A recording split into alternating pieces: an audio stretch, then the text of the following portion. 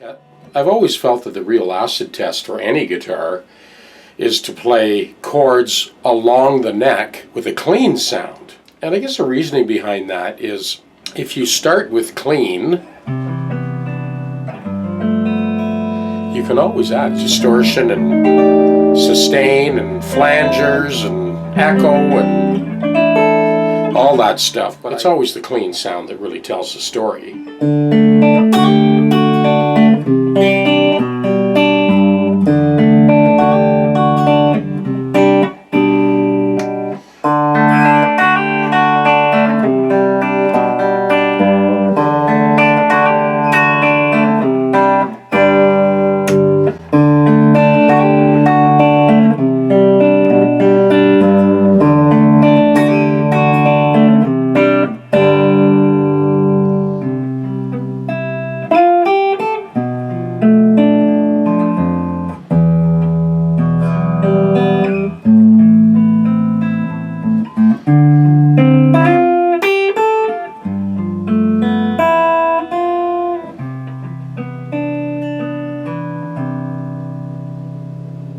Same progression in D.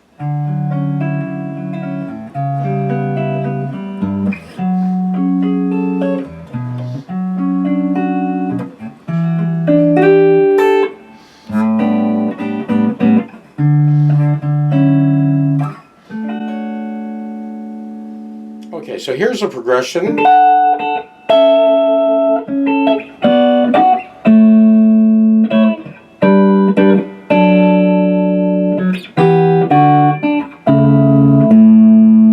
I'm going to let that play. So these are all clean sounds.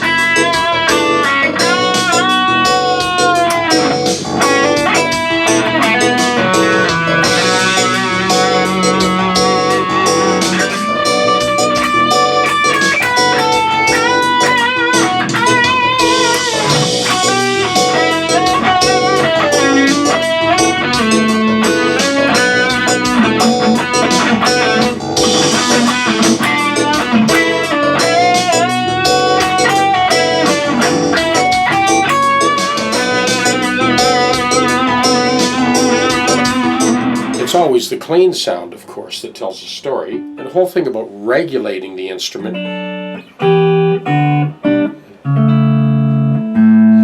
for a clean sound is you can't add cleanliness. It's got to be there to begin with. Once you've established that clean sound, you can add all the effects that you want. But I just really wanted you to hear these pickups. But this guitar, and just how beautiful it sounds clean.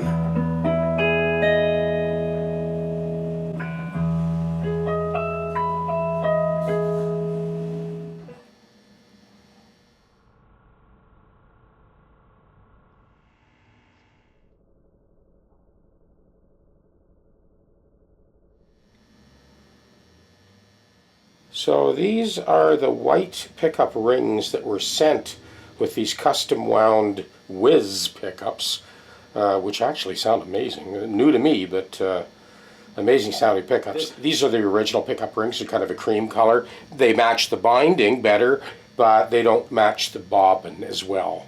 So Jeff asked me to swap out to the new whiter rings that were sent along with the guitar, and that's what we're doing.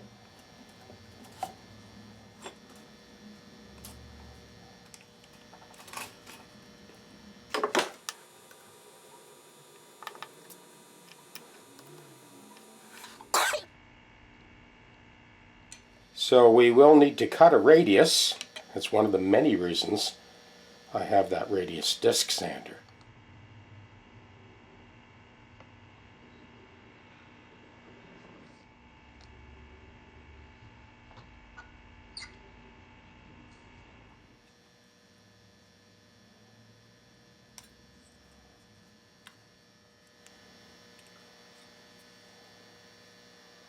So that's the bridge pickup ring that was on the guitar. You can see it has a concave radius to match the top.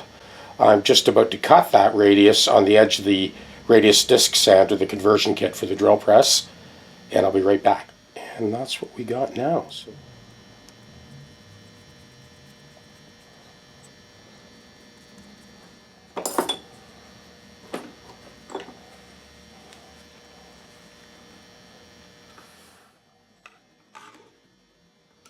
Well, that will do it for the bridge pickup.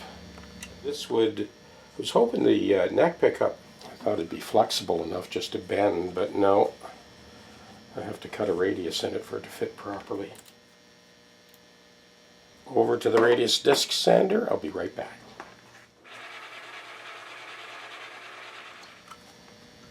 That was the back half. Just scrape away at a little bit more.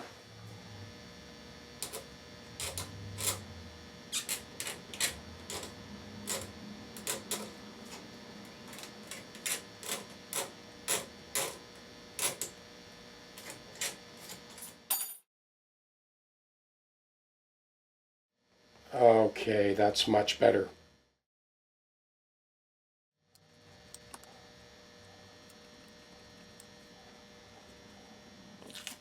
Now, because of the neck pitch on this guitar, I'm going to need to gently set this pickup aside.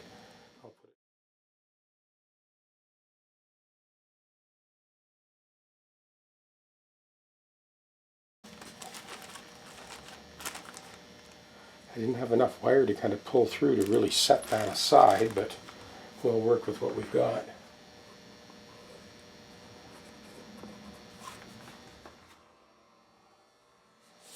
Being an R8 Les Paul, I'm sure this was done with the Plek machine, but there's multiple spots that need to be leveled at this neck to body junction. And there's a little bit of wear up here. I don't want to get too rambunctious because there's quite a bit of fret left on there. I don't want to take off more than we need, but we're definitely going to level this area here. Let's get all those high spots.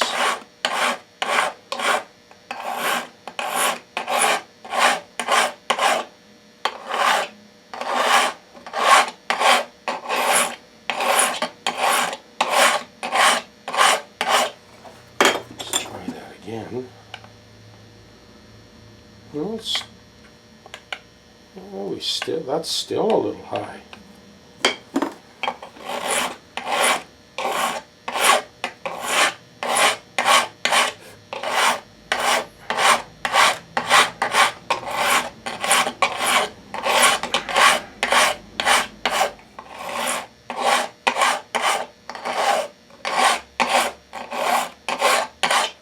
And that's it for leveling.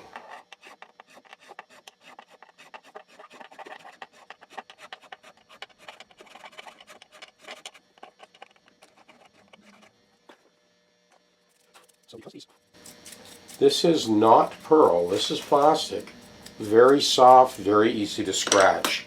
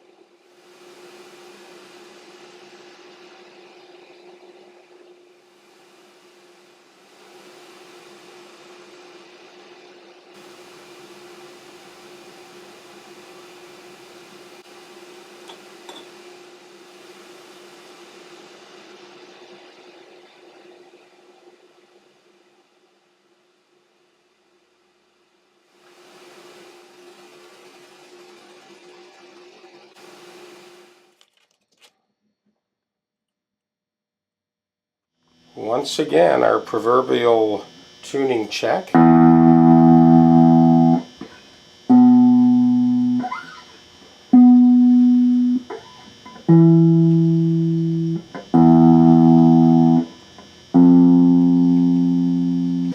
this happens to be a very lively R8 Les Paul, and I usually just do this for acoustic guitars. I'm dampening those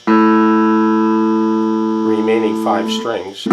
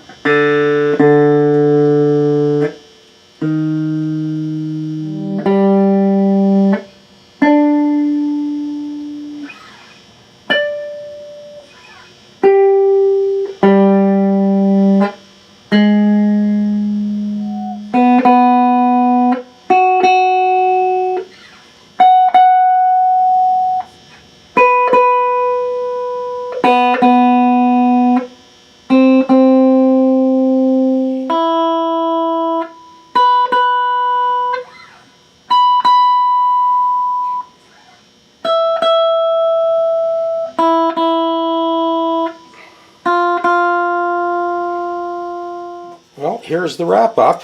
I want to go stem to stern on this. This bridge is a pigtail bridge. It's made from aviation aluminum, very light, very strong. The saddles that came with this bridge, the aluminum saddles, someone had attempted to notch them. Boy, once you do that, you do not have a lot of real estate. Unfortunately, the aluminum saddles couldn't be used. But these nickel-plated brass ones work just fine. Strings are lined up perfectly with the pickups and with the neck. The way the bridge fit onto the post, it was pretty sloppy. There was enough actual travel that it would knock your intonation out if you gave it a hit. These are the new pickup rings to sort of match the plastic of the bobbins. They didn't just drop right in there. As you saw, I had to radius them to match the top.